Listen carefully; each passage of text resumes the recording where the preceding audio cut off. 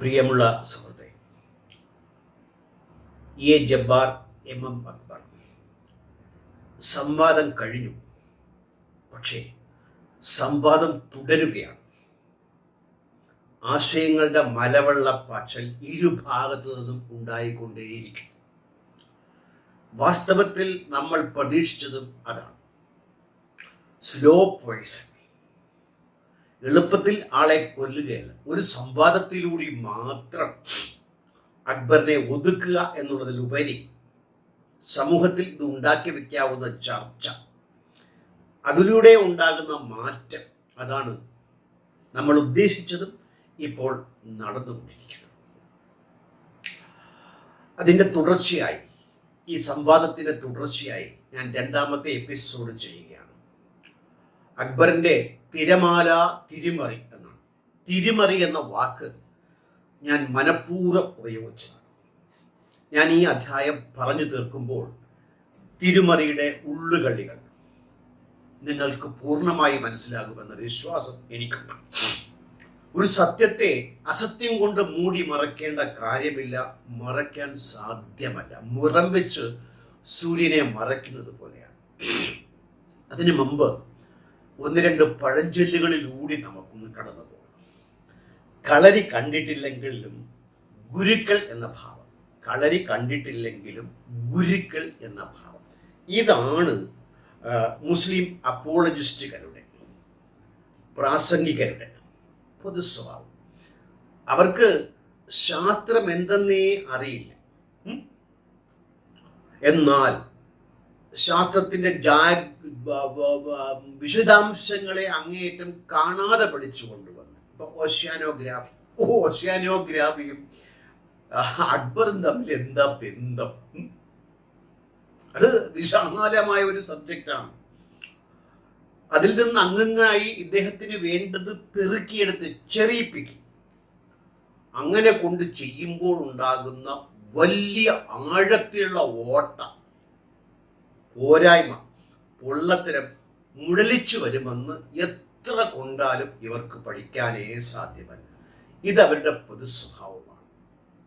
ശാസ്ത്രം എവിടെ, ഖുർആൻ എവിടെ, എത്രയോ തവണ നമ്മൾ പറഞ്ഞിട്ടുള്ളതാണ്.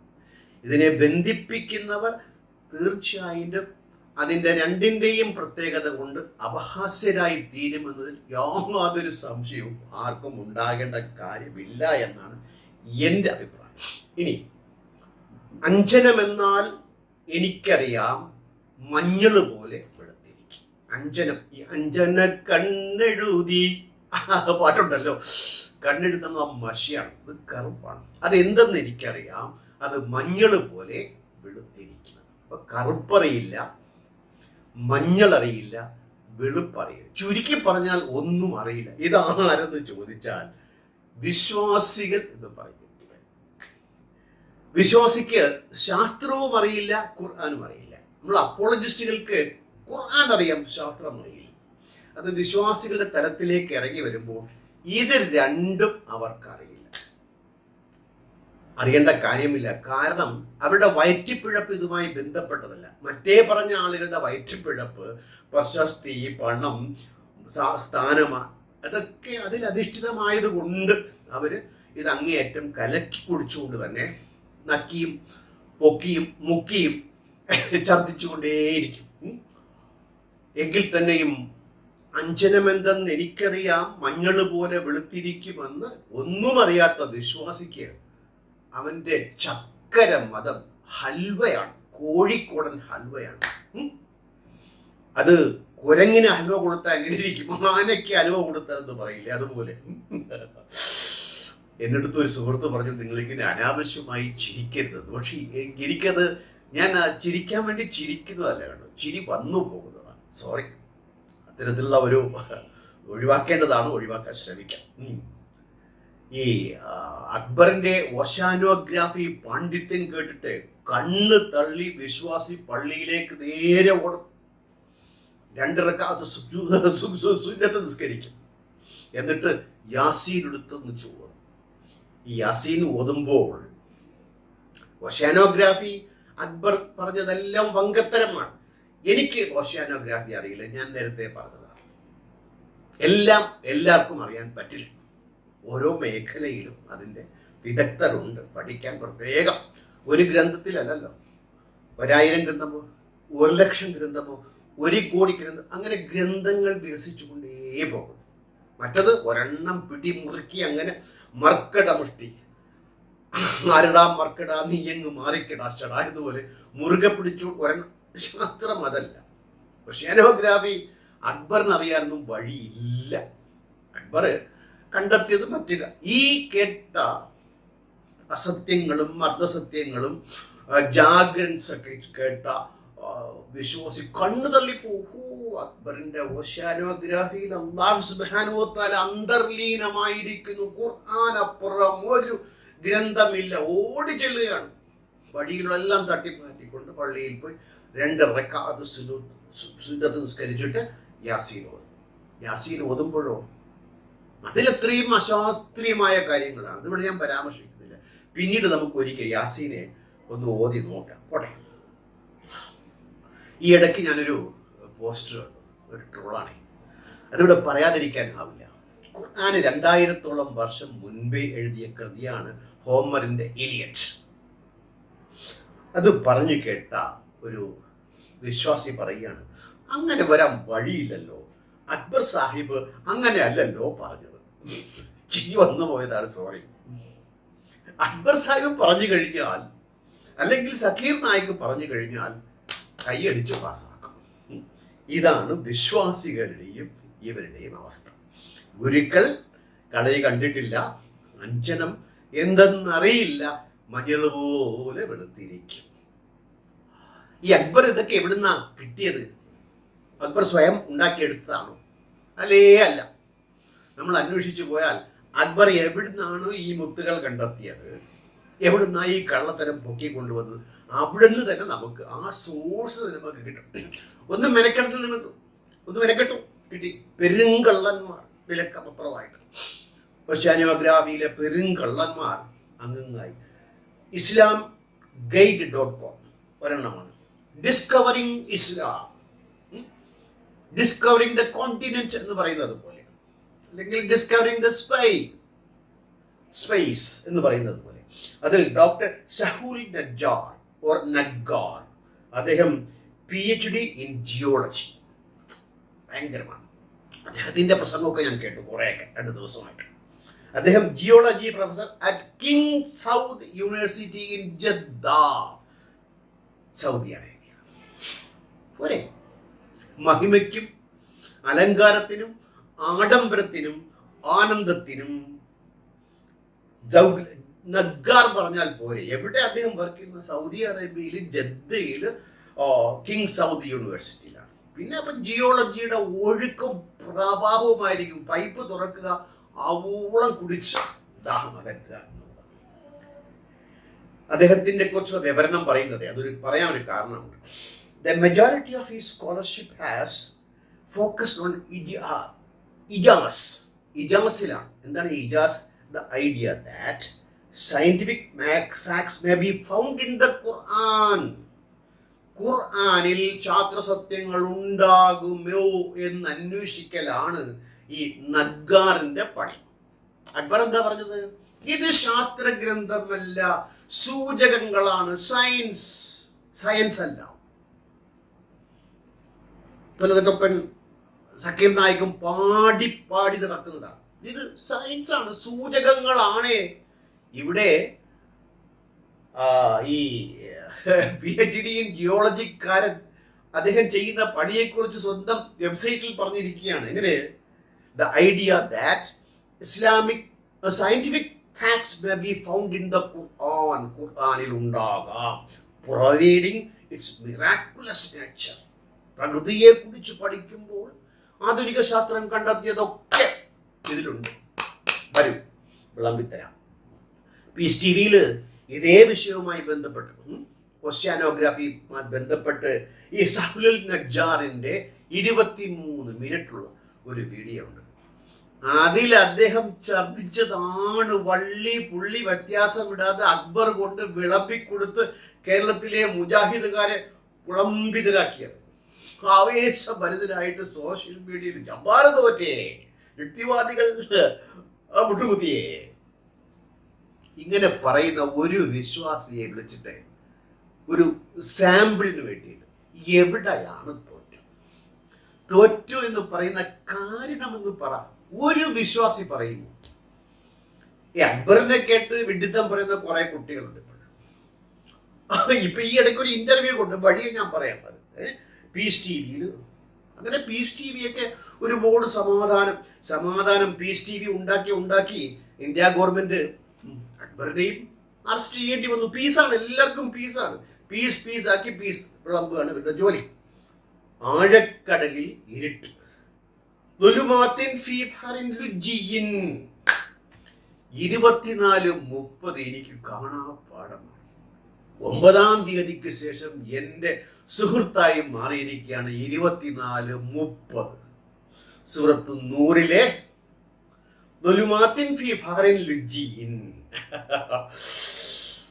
മുഹമ്മദിന് ശേഷം കണ്ടെത്തിയത് എന്ന് ചോദിക്കുന്നു. അതായത് ആഴക്കടലിൽ ഇരുട്ടുണ്ട് എന്ന് മുഹമ്മദിന് മുമ്പ് ആരെങ്കിലും കണ്ടെത്തിയിട്ടുണ്ടോ? $1 ബില്യൺ ചോദ്യം അഖില ലോക യുക്തിവാദികളുണ്ട്. എങ്ങനെ?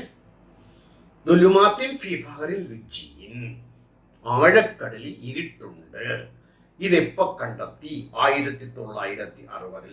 1400 വർഷങ്ങൾക്ക് മുമ്പ് ഈ വിശുദ്ധ ഗ്രന്ഥത്തിൽ അതുണ്ടെന്നേ. 24:30. നമുക്ക് ആ ഗ്രന്ഥം തന്നെ എടുക്കാം. ആ ഗ്രന്ഥത്തിൽ എന്തൊക്കെ ബാക്കി പറയുന്നു നോക്കിക്കഴിഞ്ഞാൽ ഈ കളവ് പൊളി. 55-ാമത്തെ അധ്യായം 24 മുതൽ 25 വരെ.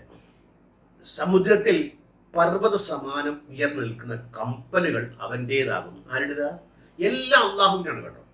ഈ ഇടയ്ക്ക് ഞാൻ പ്രസംഗം കേട്ടപ്പോഴത്തേക്കും ഓഷ്യാനോഗ്രാഫി പഠിപ്പിക്കാനായി കുട്ടികളെ വിട്ടിരിക്കുന്ന അള്ളാഹുവാണ്. ആകാശത്തിലേക്ക് വിമാനങ്ങളെയും സാറ്റലൈറ്റുകളെയും വെച്ച് ശ്രീഹരിക്കോട്ടയിൽ നിന്ന് വരെ ഉയർന്നു പോകുന്നത് അള്ളാഹു വിട്ടതാണ്, അള്ളാഹു ചെയ്തതാണ്. അള്ളാഹു പതുക്കെ ചെയ്യുള്ളൂ. മനുഷ്യർ കണ്ടെത്തി ചെയ്താൽ അള്ളാഹു ചെയ്യുക. അപ്പം സമുദ്രത്തിൽ പർവ്വത സമാനം ഉയർന്നു നിൽക്കുന്ന കപ്പലുകൾ അവൻ്റേതാകുന്നു. പർവ്വത സമാനം എന്ന് പറയുമ്പോൾ ഒരു പ്രോട്ടോടൈപ്പ് കപ്പലല്ല, ഒരു ചെറിയ കപ്പൽ, അതിലൊരു പായ്വൻ, അങ്ങനെയല്ല. വലിയ കപ്പലാണ്. വലിയ കപ്പലാണെങ്കിൽ സമുദ്രത്തിൽ അങ്ങ് അറബികൾ 7000 വർഷങ്ങൾക്ക് മുമ്പ് തന്നെ നാവിഗേഷൻ തുടങ്ങിയിരുന്നു. അവരുടെ ചരിത്രം വായിക്കുമ്പോൾ, അല്ലെങ്കിൽ 5000 വർഷമെങ്കിലും. അപ്പം അങ്ങനെ ഈ ഖുർആൻ പറയുന്ന കപ്പലുള്ള അറബികൾ മനുഷ്യർ കടലിനെ കുറിച്ച് അറിയണ്ടേ? അപ്പൊ ചോദ്യം വരും, കടലിനെ കുറിച്ച് അറിയും, അതിൽ അഗാധത്തിൽ അന്ധകാരമുണ്ടോ എന്നറിയുമോ? യുക്തിവാദികളെ അറിയാം. നോക്കാം. സൂറത്ത് റഹ്മാൻ തന്നെയാണ്, 55-ാമത്തെ അധ്യായമാണ്. അതിൽ പറയുന്നത് മുഹമ്മദിന് ശേഷം ഇത് കണ്ടെത്തിയിട്ടുണ്ടോ എന്നാണ് ചോദ്യം.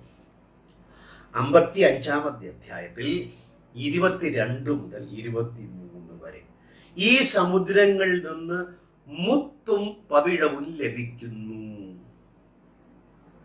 എങ്ങനെ? ഈ സമുദ്രത്തിൽ നിന്ന് മുത്തും പവിഴവും ലഭിക്കുന്നു. അറബികൾക്ക് അറിയാമോ?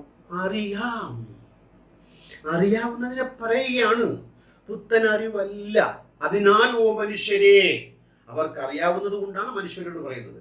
ജിന്നുകളെ, എവിടാ ജിന്ന്? എവിടാ? പറയൂ, എവിടാ? ബാസിലേ, സലഫി, ബാലുശ്ശേരി, അക്ബറെ, ഈ ഉള്ളവന് ജിന്നൊന്ന് കാണിച്ചു തരാമോ? അല്ലെങ്കിൽ വേണ്ട, നമുക്കൊരു ഹാൾ എടുക്കാം, ജിന്നിനെയും കൊണ്ടുപോവാ, ഒന്ന് കാണിക്കാം.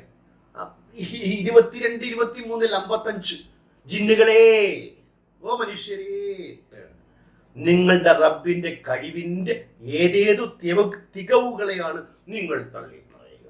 നിങ്ങൾ മുത്തുവാരിയെടുത്തു, കടലിൽ ഞാൻ കപ്പലുണ്ടാക്കി തന്നു, എന്നിട്ടും എന്റെ മികവുകളെ എന്തിനാണോ തള്ളിക്കളയുന്നത്? തിരുമണ്ട എന്നാണ്.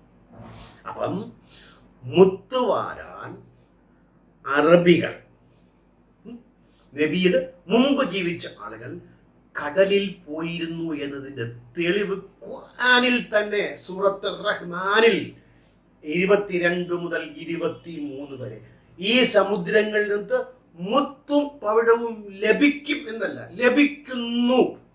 പ്രസന്റ് ടെൻസ് ആണ്. ലഭിക്കുന്നു, ലഭിക്കുമെന്നല്ല. എങ്കിൽ പറഞ്ഞാൽ പിന്നീട് ലഭിക്കും. ഇറങ്ങി ചെല്ലൂ, ആന്തരിക ഡ്രസ്സൊക്കെ ഇട്ടുകൊണ്ട് നിങ്ങൾ ചെല്ലൂ എന്നല്ല, ലഭിക്കുന്നു. Present tense. അപ്പോൾ ലഭിച്ചുകൊണ്ടിരിക്കുന്നു. ഇനി പേൾ ഹണ്ടിങ് നടത്തിയെന്ന് ഖുർആൻ പറഞ്ഞല്ലോ, അതിനെക്കുറിച്ച് നമുക്കൊന്ന് നോക്കാം. 30 മീറ്റർ വരെ പോയാലാണ് പേൾ കിട്ടുക. എങ്ങനെ? In order to find enough pearl oysters, free divers were often forced to descend to depths of over 100 feet, 100 meters, 30 feet on a single breath. 100 അടി, 30 മീറ്റർ താഴെ പോയാലേ, exposing them to the dangers of hostile creatures. ഒന്നുകൂടെ വായിക്കും.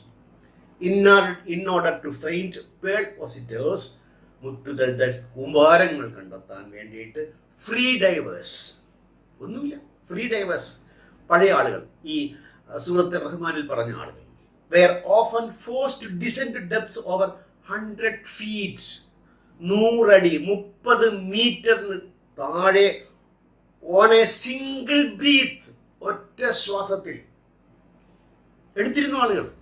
പരിശീലനം കൊണ്ട്. ആർക്കും സാധ്യമല്ല പറയാൻ പറ്റില്ല, പരിശീലനം സാധ്യമായിട്ട്. അങ്ങനെയാണ് 7000 വർഷങ്ങൾക്ക് മുമ്പ് ഇത് സാധ്യമായിരുന്നു എന്ന് UAE സൈറ്റിൽ പറയുന്നത് വെറുതെ ആണോ? Exposing them to the dangers of hostile creatures. അവിടെ ഭയാനക ജീവികളുണ്ട്. നിങ്ങളുടെ ജീവനെ അപായപ്പെടുത്തത്തക്ക രീതിയിൽ ജീവികൾ ഉണ്ടെങ്കിലും ഒറ്റ മുങ്ങലിൽ. ഇതാണ് പേൾ ഡൈവിങ്ങിനെ കുറിച്ച് നിങ്ങൾ പഠിച്ചാൽ മനസ്സിലാക്കാവുന്ന കാര്യം. പഠിക്കുക, ചിന്തിക്കുക, പഠിച്ചിട്ട് ചിന്തിക്കൂ സുഹൃത്തെ, ചിന്തിച്ചിട്ടും പഠിക്കൂ സുഹൃത്തെ, എന്നിട്ട് വിമർശിക്കൂ സുഹൃത്തെ. ആഴക്കടലിൽ അന്ധമാണെന്ന് നാടോടികൾക്ക് അറിയാമായിരുന്നു. ചോദ്യങ്ങൾ ഇങ്ങനെ ഒരു ചോദ്യത്തെ അങ്ങോട്ടും ഇങ്ങോട്ടും വാക്കൊക്കെ മാറ്റിയിട്ട്, അതായത് വാക്കുകൾ കൊണ്ടുള്ള കസർത്ത് നടത്തിയിട്ട്, ഞാൻ ഇതാ ഇസ്ലാമിനെ രക്ഷിച്ചെടുത്തിരിക്കുന്നു യുക്തിവാദികളിൽ നിന്ന്. പോരെ, അഭിമാനിക്കാൻ ഇതിലെന്തു വേണം? The knight, the honor of the king, the honor of the major എന്നൊക്കെ കൊടുക്കാം അദ്ദേഹത്തിന്. കൊടുക്കൂ വിശ്വാസികളെ. പക്ഷേ ഇപ്പുറത്ത് ഞങ്ങളത് അംഗീകരിക്കണമെന്നില്ല. ഞങ്ങളെ ക്ഷണിക്കാൻ നിങ്ങൾക്ക് പറ്റത്തുമില്ല.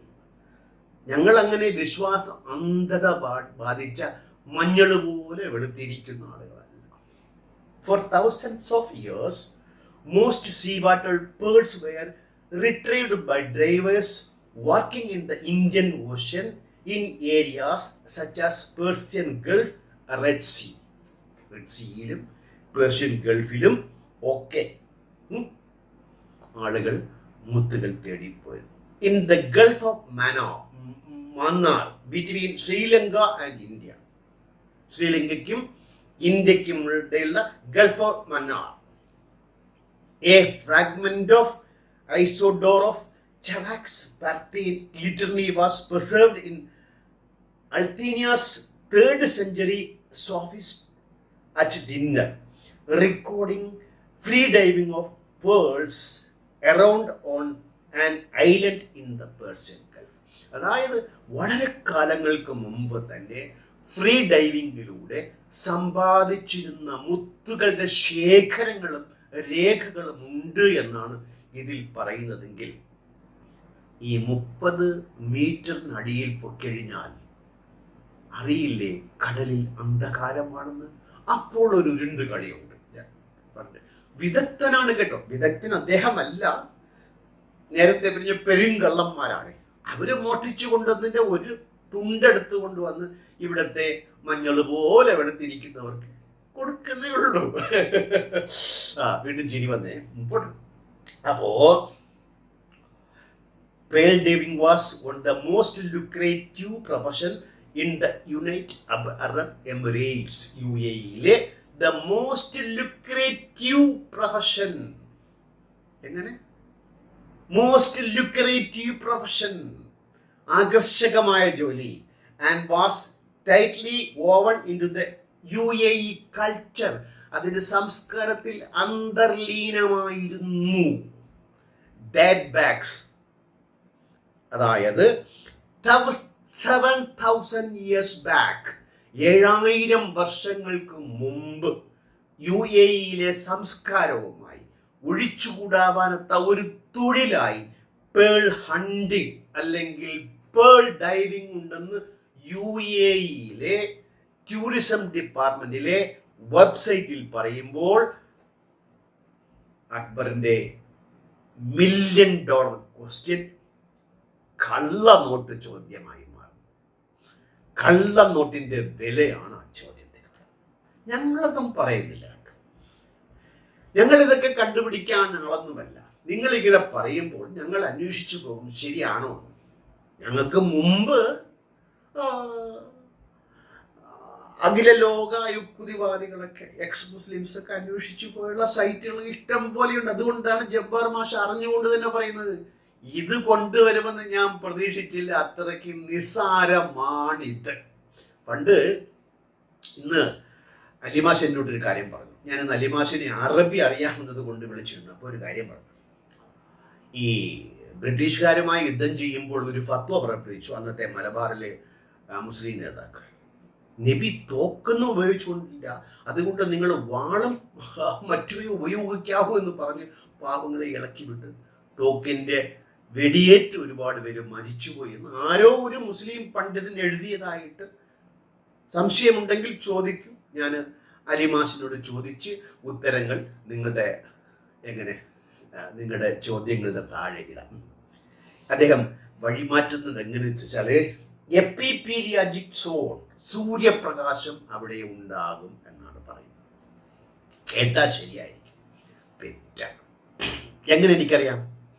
എനിക്ക് ഓഷ്യോജോഗ്രാഫി അറിയില്ല. ഞാൻ പറഞ്ഞല്ലോ, ഒരാൾ എനിക്ക് കുറേ സമയം ക്ലാസ് എടുത്തു. അദ്ദേഹം പറഞ്ഞതാണ് ഈ എപ്പിപീലിയാജിക് സോണിലെ സൂര്യപ്രകാശം എന്താണ്. അതായത് 5 മീറ്ററിന് താഴെ പോയാൽ കാണാൻ കഴിയില്ല. ലിറ്ററൽ സോൺ കടൽ തുടങ്ങുന്ന ഭാഗമാണ്. 5 മീറ്റർ പോയി കഴിഞ്ഞാൽ പിന്നീട് അതിൻ്റെ കാര്യം കഴിഞ്ഞ അധ്യായത്തിൽ കണ്ണിൻ്റെ ഇതുമായിട്ട് ബന്ധപ്പെട്ട് ഞാൻ പറഞ്ഞിരുന്നു. അതുകൊണ്ട് അത് ആവർത്തിക്കുന്നു. 5 മീറ്റർ പോയി കഴിഞ്ഞാൽ പിന്നീട് കണ്ണ്. പക്ഷെ സൂര്യപ്രകാശം കിട്ടുമോ? അത് മനുഷ്യന്റെ നേത്രങ്ങൾക്ക് കാണാൻ കഴിയുന്ന തരത്തിലുള്ള സൂര്യപ്രകാശമല്ല.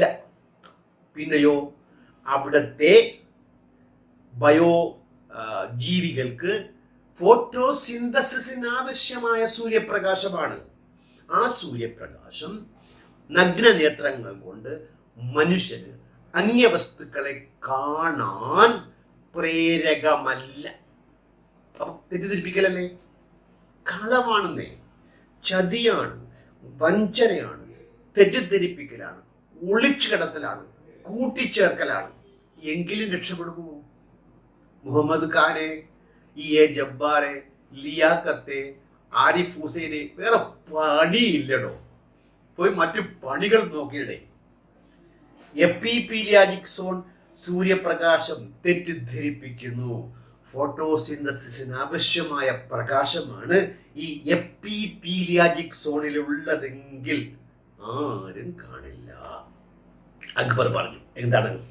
24:40 4 ഭൗതിക അറിവുണ്ട്. ഒറ്റ വെടി 4 പക്ഷി, 40,000 യുക്തിവാദികൾ, flattened with a single firing. എന്താണ്? ആഴക്കടലിൽ ഇരുട്ടുണ്ട്. ഇരുട്ടിനെ പൊതിയുന്ന തിരമാലകൾ ആഴക്കടലിലുണ്ട്. എങ്ങനെ? ഇരുട്ടിനെ പൊതിയുന്ന തിരമാലകൾ ആഴക്കടലുണ്ട്. ഉണ്ടോ? ഉണ്ട്, ഉണ്ടാകാം, ഇല്ല, അതൊന്നും നമുക്ക് വിഷയമല്ല. അതൊക്കെ വേറെ ഓഷ്യാനോഗ്രാഫി പഠിക്കുന്നവർ പഠിച്ചോട്ടെ, ചെയ്യേണ്ടതൊക്കെ ചെയ്തോട്ടെ. അള്ളാഹു അയച്ചതാണെങ്കിൽ പോലും നമുക്കങ്ങനെ വിശ്വാസമൊന്നുമില്ല. അള്ളാഹു അയച്ചത് പച്ചക്കള്ളമാണ്. ഇരുട്ടിനെ പൊതിയുന്ന തിരമാലകൾ ആഴക്കടലിൽ ഉണ്ട് എന്ന് 24:40 വായിച്ചാൽ മനസ്സിലാക്കി തരാമെങ്കിൽ ദയവ് ചെയ്ത് ഒന്ന് മനസ്സിലാക്കി തരാം. ബാസിലെ, റഫീഖ് സലഫി, മുജാഹിദ് ബാലുശ്ശേരി, എം അക്ബർ ആരെങ്കിലും ഒരാൾ. യുക്തിവാദികൾക്ക് മനസ്സിലാകുന്നില്ല എന്ന് അക്ബർ കരയുന്നുണ്ട്. ആ കരച്ചിലിന് മറുപടിയായിട്ട് എങ്ങനെയാണ്, എവിടെയാണ്, ഏത് വാക്കിലാണ്, നമുക്ക് വാക്കുകളൊന്ന് പരിശോധിക്കാം. ഇവിടെയാണ് ഞാൻ അബ്ദുൽ ഇൽമാഷിന്റെ സഹായം തേടിയത്.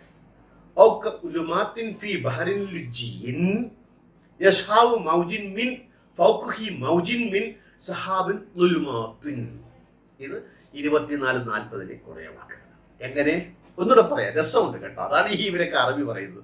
പാണ്ഡിത്യം തെളിയിക്കാനായിട്ട് അറബിയിലെ എനിക്കറിയില്ല കേട്ടോ. കാണാതെ പഠിച്ചു പോയതാണ്, കേട്ട് കേട്ട് പഠിച്ചു പോയതാണ്. അബ്ദുൽ ഇൽമാഷ് പഠിപ്പിച്ചതാണ്, അക്ബർ പഠിപ്പിച്ചതാണ്.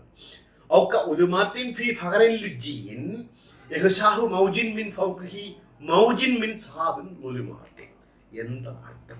ഓരോ വാക്കുകളെ അപ്പോഴാണ് അക്ബറിന്റെ കള്ളത്തിന് പൊളിയ.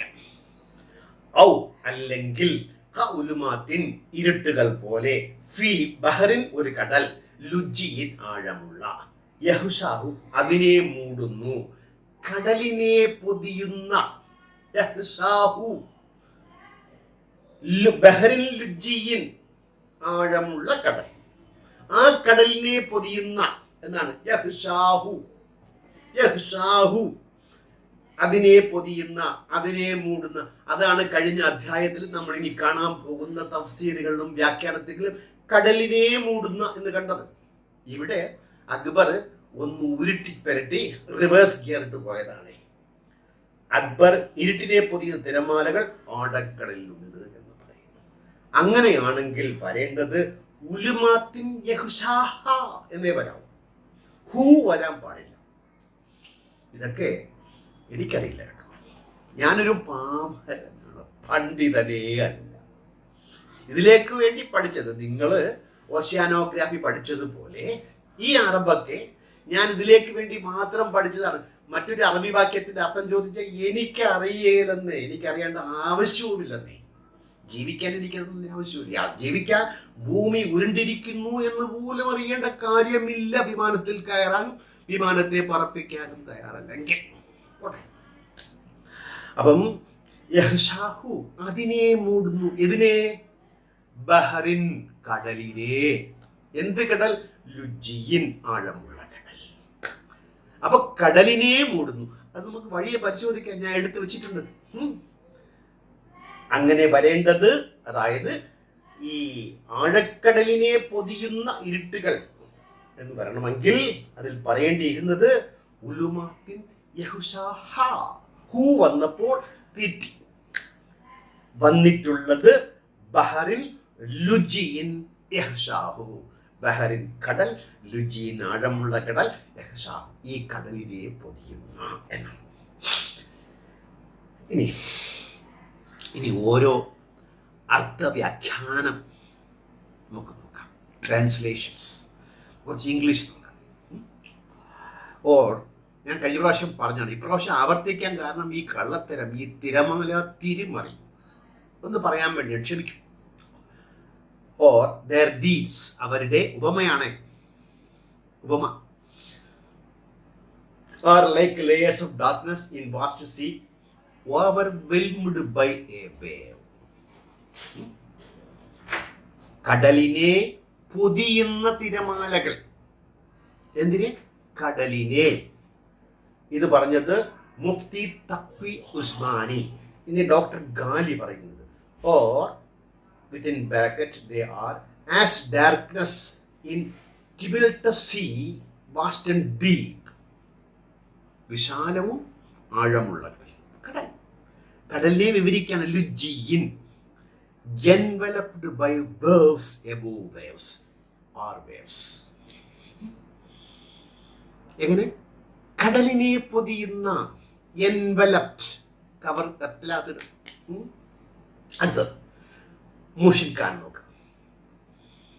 overwhelmed with a great wave topped by a great wave. ഒരു തിരമാല, അതിനു മുകളിൽ തിരമാല. ഇനി ഈ ഞാൻ അടുത്ത അധ്യായത്തിൽ പറയാൻ ഉദ്ദേശിക്കുന്ന കാര്യം, കടൽ തീരത്തുണ്ടാകുന്ന തിരമാലക ഒന്നാണോ, ഒന്നിലധികമാണോ? ഈ ആയത്തുമായി ബന്ധപ്പെട്ട് വേവ്സ് എബോ വേവ്സ്, തിരമാല, അതിനു മുകളിൽ തിരമാല. ഇത് നമുക്ക് ആഴക്കല്ലിലെ തിരമാലയെ അന്വേഷിച്ച് പോകേണ്ട കാര്യമില്ലെന്നേ. അതൊക്കെ സംശയങ്ങൾ ഉണ്ടാക്കാൻ വേണ്ടി, മൈൻഡിനെ ആകെ കലക്കി മറിക്കാനായിട്ട്, മഞ്ഞൾ പോലെ വെളുപ്പിക്കാൻ വേണ്ടിയിട്ട് മഞ്ഞൾ പോലെ വെളുപ്പിക്കാൻ വേണ്ടിയിട്ട്. ഇതിൽ പിക്താൾ വളരെ കൃത്യമായി പറഞ്ഞു, വളരെ പ്രസിദ്ധനാണല്ലോ പിക്താൾ. അദ്ദേഹം പറഞ്ഞത്, or as darkness on a vast abysmal sea there cover him wave. ഈ ഉപമയാണല്ലോ, കടലിൽ മുങ്ങിയവൻ. എന്താണ് ഈ ഉപമ? ഈ അവിശ്വാസികൾക്ക് കടലിൽ മുങ്ങിക്കഴിഞ്ഞാൽ ഇരുട്ടിൽ അകപ്പെട്ടു പോകുന്നവൻ കൈ പൊക്കിയാൽ കൈ കാണാത്തത് പോലെ ആ കടലിൽ തിരമാലകളുണ്ട്, അതിന് മുകളിൽ തിരമാലയുണ്ട്, അതിന് മുകളിൽ ക്ലൗഡ്സ് ഉണ്ട്, കാർമേഘം. ആകെ ഇരുട്ടാണെന്നേ, വെളുത്തിരിക്കില്ല, അത് മഞ്ഞൾ പോലെ. അങ്ങനെ വരുമ്പോൾ പിക്താൾ അവിടെ കൃത്യമായി അവനെ, കടലിന്റെ ഉപരിതലത്തിൽ മുങ്ങിക്കിടക്കുന്നവനെ ഒരു തിരമാല പൊതിയുന്നു. അങ്ങനെ തുടരും. എത്ര ക്ലിയർ ആയിട്ട് പിക്താളിനെ തിരുത്തണം കേട്ടോ. പിക്താളൊക്കെ മണ്ട ശിരോമണിയാണ്. അബദ്ധ ജടിലമായി ഇത്തരം വ്യാഖ്യാനങ്ങളൊക്കെ ഇറക്കി അക്ബറിനെ അക്ബറിനെ അല്ല, നമ്മൾ നേരത്തെ പറഞ്ഞ പെരുങ്കള്ളന്മാരെ വെള്ളം കുടിപ്പിക്കരുത് പിക്താളെ. ഇനി Yusuf Ali, or within brackets unbeliever state, അവിശ്വാസികളുടെ അവസ്ഥ is like the depth of darkness in a vast deep ocean. ഒരു ആഴമുള്ള കടലിന്റെ അന്ധകാരത്തിനെ പോലെയാണ്. ആഴമുള്ള കടലിലെ ആഴത്തിലുള്ള അന്ധകാരമല്ല, ആഴമുള്ള കടലിന് അന്ധകാരമുണ്ട്. നമ്മൾ 55 അധ്യായത്തിൽ കണ്ടതുപോലെ പവിടവും മുത്തും പറക്കാൻ പോയപ്പോ കണ്ട അന്ധകാരം. Overwhelmed with billow, topped by billow. തിരമാല, അതിനെ പൊതിയുന്ന തിരമാല. അടുത്ത അധ്യായത്തിൽ ക്ലിയർ ആയിട്ട് പറഞ്ഞ സർഫേസ് വേവ്സ് എടുത്തു വെച്ചിട്ടുണ്ട്. ഞാൻ പ്രാവശ്യം ചേർക്കാൻ വിട്ടുപോയി, ചേർത്ത് തരാം. അടിത്തട്ടിൽ വേവ്സ് ഉണ്ടോ? അതിവിടെ പ്രസക്തമല്ല, വഴിയെ പറയാം. ഇനി യൂസഫ് അലി ഇങ്ങനെ പറഞ്ഞു. യൂസഫ് അലിയും പ്രശസ്തനായ ഒരു ഓർ ദേ ആർ, അവർ like darkness with an unfathomable sea which is covered by waves. Sea which is covered by waves.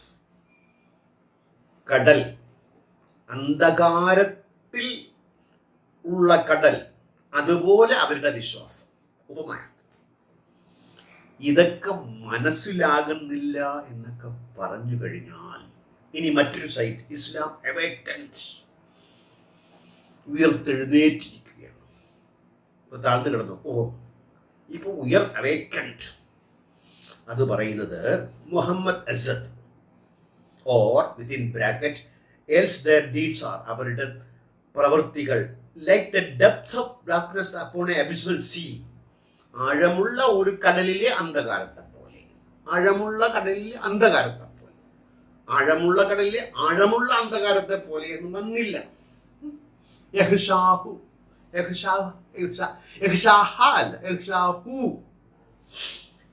ഇനി doctor Mustafa Khattab, or their deeds are like the darkness in a deep sea.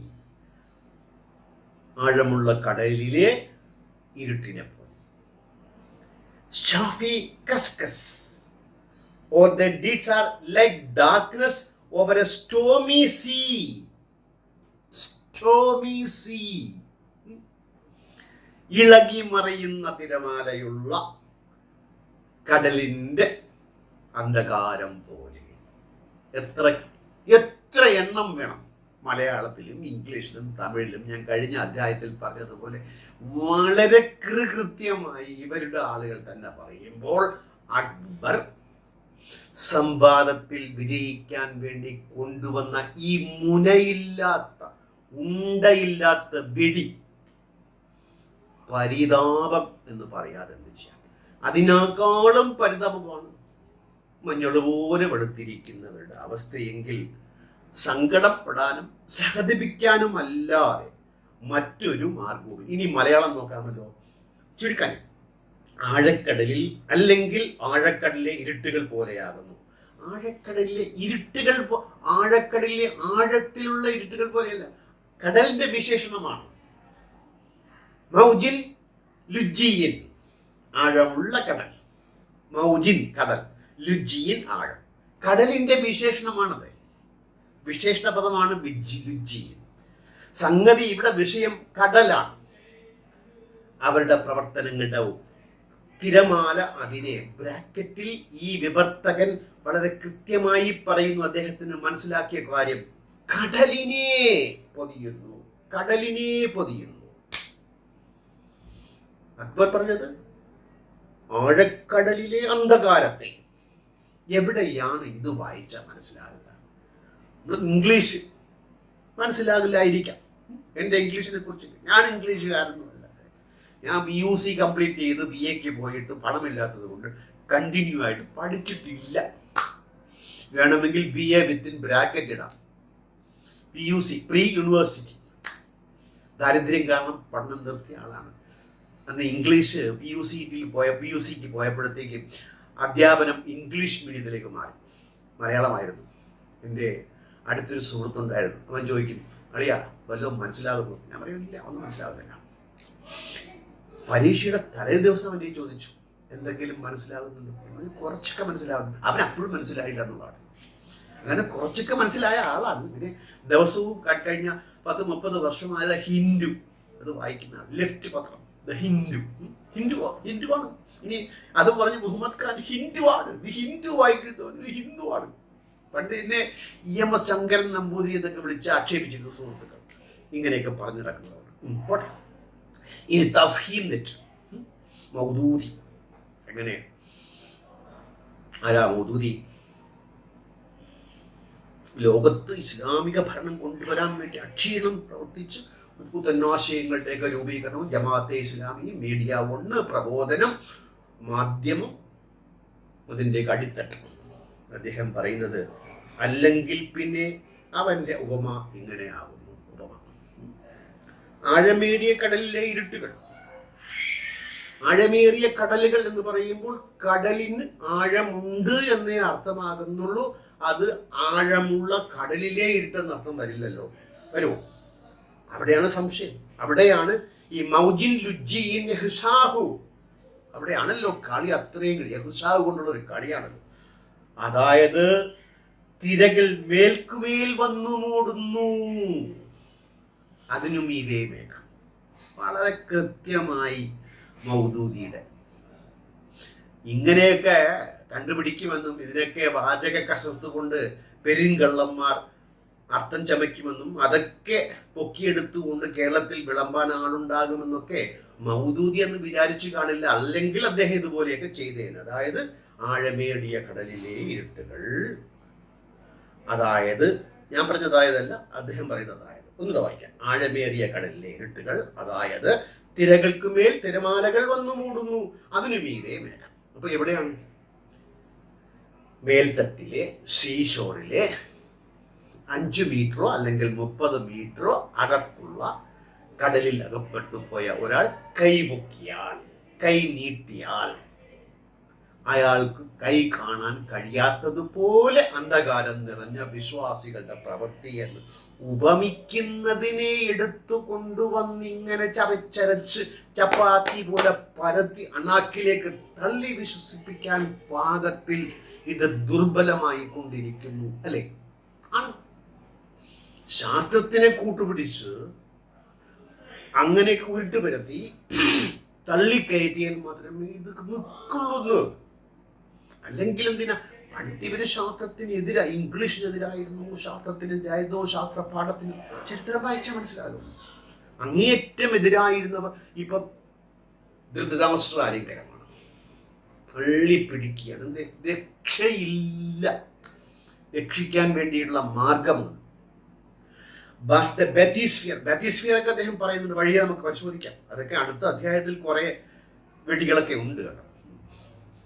was the bathysphere used much earlier by Alexander the Great. Alexander ചക്രവർത്തി ബാത്തിസ്ഫിയർ ഉപയോഗിച്ചിരുന്നു.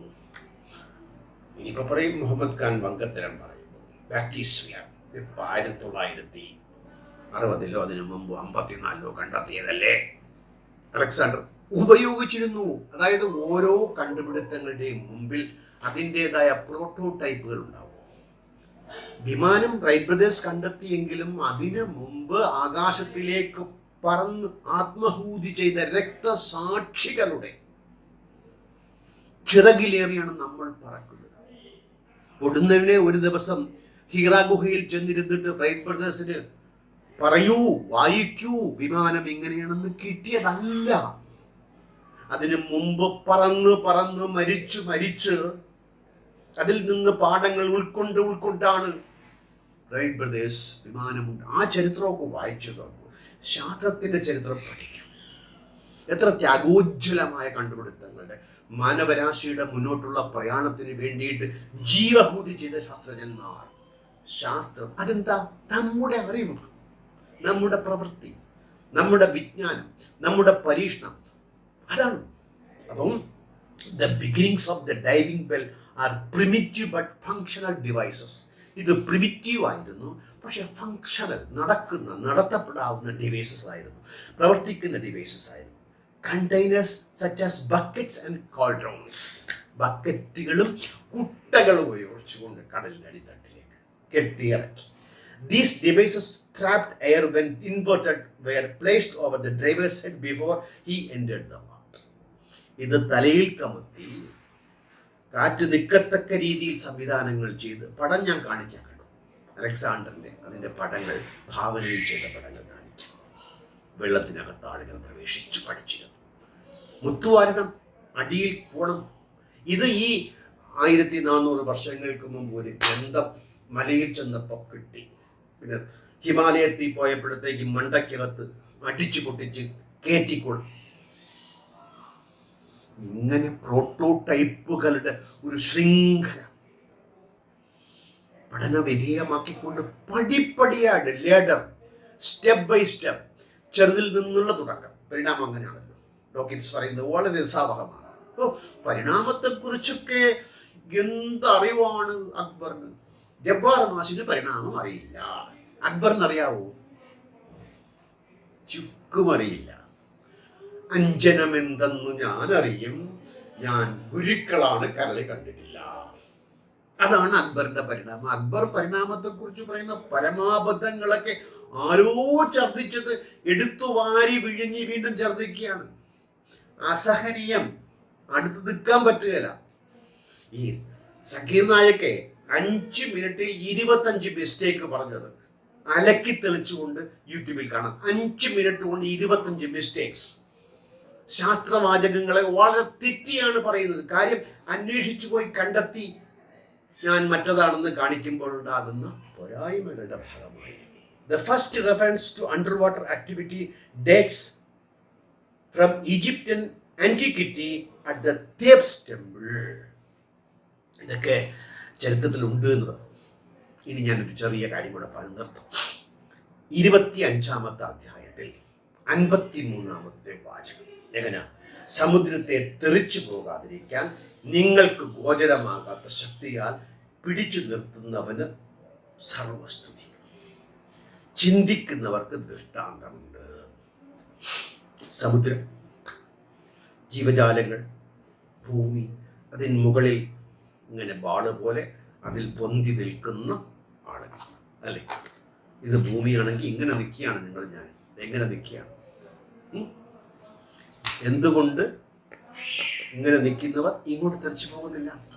അതാണ് നിങ്ങൾക്ക് ഗോചരമാകാത്ത ശക്തിയാൽ പിടിച്ചു നിർത്തുന്ന gravitational force. 25:53 പറഞ്ഞിട്ടുണ്ട്. സമ്മതിക്കാവോ?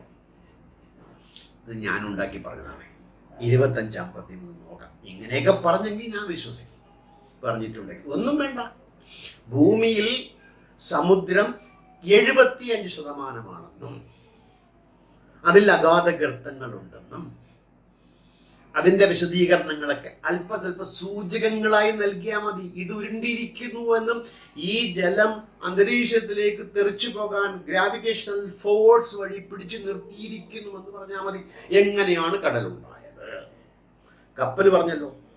എങ്ങനെയാണ് ഈ 75% നിറഞ്ഞു നിൽക്കുന്ന ഉപ്പ് വെള്ളം ഞാൻ നിങ്ങൾക്കുണ്ടാക്കിയത്?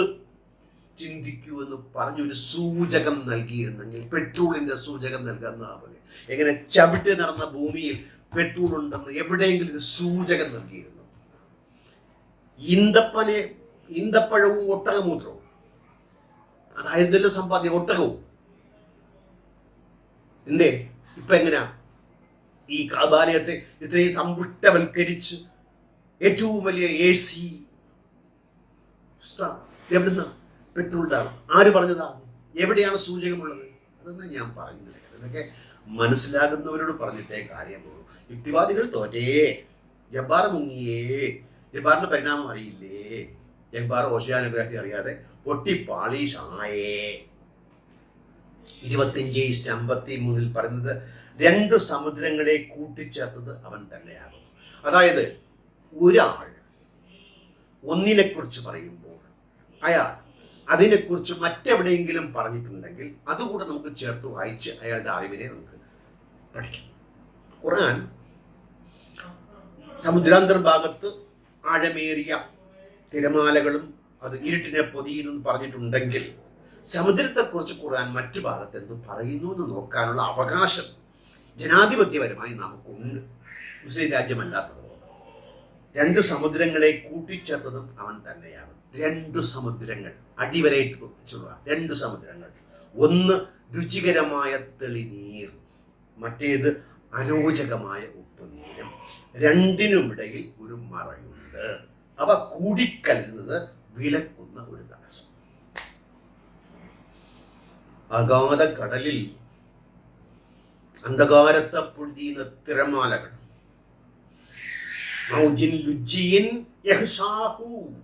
ഇവിടെ എങ്ങനെയാ? 2 കടൽ, ഒറ്റ കടലേ ഉള്ളൂ.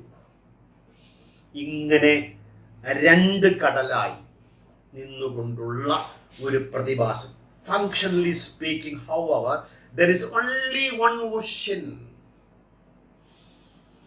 പ്രവൃത്തിപരമായി പറയുകയാണെങ്കിൽ only one ocean, since every ocean is connected to at least 2 oceans, 2 others. 2 കടലുകളുമായി ഈ വിഭജനം എന്ന് പറയുന്നത് നമുക്ക് അറിയാൻ വേണ്ടിയിട്ടാണ്. ഇപ്പൊ ഞാൻ മുഹമ്മദ് ഖാൻ, മുഹമ്മദ് നബിയാണോ? എൻ്റെ പേര് മാറ്റാനൊക്കെ പറയുന്നുണ്ട്. എനിക്ക് പേരിലൊന്നും ഒരു കാര്യവുമില്ല. മുഹമ്മദിന് മുഹമ്മദ് എന്ന പേര് വന്നത് നുബുവത്ത് കിട്ടതിന് മുമ്പാണെങ്കിൽ, എനിക്ക് ഈ നുബുവത്തൊക്കെ വന്നു ഇതിന് ശേഷം കിട്ടിയ പേരാണ്. അത് ഞാനിട്ടതും അല്ല. ഇനി മാറ്റേണ്ട കാര്യം എനിക്കുണ്ടെന്ന് എനിക്ക് തോന്നുന്നില്ല. ഇനി മാറ്റി വിളിക്കണമെങ്കിൽ വിളിക്കാം. നമ്പൂതിരിപ്പാടെന്നോ ചങ്കരെന്നോ എന്ത് വിളിച്ചാലും എനിക്കൊരു ആക്ഷേപമില്ല. എന്നെ എന്ത് പറഞ്ഞാലും എനിക്കൊന്നുമില്ല. പറയുന്നവന് നാവ് കഴിക്കുന്നേ ഉള്ളൂ. അപ്പം functionally speaking, however, there is only one ocean. ഒരു കടൽ. നേരത്തെ പറഞ്ഞു എന്താണ്? 2 സമുദ്രങ്ങളെ കൂട്ടിച്ചേർത്തത് അവൻ തന്നെയാകും. ഇനി അതിന്റെ ക്രക്സായ ഭാഗത്തിലേക്ക് വരികയാണെങ്കിൽ, points at the river's end where the fresh water joins the salt water. അതായത് കടലിലേക്ക് നദികൾ ശുദ്ധജലവുമായി ഒഴുകി വരുമ്പോൾ numerous gradients of salinity at these junctions, ഈ ഭാഗങ്ങളിലൊക്കെ ഒരുതരം ജ്യൂസ് പോലത്തെ ഒരവസ്ഥ, എസ്റ്റൂറീസ് എന്നാണ് ഇതിന് പറയുന്നത്. അത് പുറമേക്ക് നോക്കുകയാണെങ്കിൽ 2ആയി വേർതിരിഞ്ഞ് നിൽക്കുന്നതായി തോന്നുമെങ്കിലും അങ്ങനെ കൃത്യമായി 2ആയി വേർതിരിയുന്ന ഭാഗങ്ങൾ. നമ്മുടെ വാൾട്ടർ മോങ്ക് ഒരു ഉദാഹരണം പറയും. അതുപോലെ നിങ്ങൾ ഒരു പാത്രത്തിൽ ഉപ്പുവെള്ളവും സാധാ വെള്ളവും കൂട്ടിക്കലർത്തുക. അത് കൂടിക്കലരാൻ സമയമെടുക്കും. പക്ഷെ ഒഴിച്ച ഉടനെ അത് ബാരിയേഴ്സ് അല്ല. എങ്ങനെ മറ്റേത് അരോചകമായ ഉപ്പുനീരും, രണ്ടിനുമിടയിൽ ഒരു മറയുണ്ട്. ഒരു മറയുമില്ല. കടലിനെ സൃഷ്ടിച്ച അള്ളാഹുവിന് കടലിനെ കുറിച്ച് ഇങ്ങനെ അറിയില്ലെങ്കിൽ എങ്ങനെയാണ് ആഴക്കടലിലെ അടിത്തട്ടിൽ വാൾട്ടർ മങ്ക് പറഞ്ഞ തിരമാലകളുണ്ടെന്ന് അറിയാൻ സാധിക്കുക? ഇത് ചേർത്ത് വെച്ച് ചോദിക്കുമ്പോഴുള്ള ചോദ്യത്തിന് ഉത്തരം തരാൻ ബാധ്യസ്ഥരാണ് അക്ബർ ഉൾപ്പെടെയുള്ള ആളുകൾ. അങ്ങനെ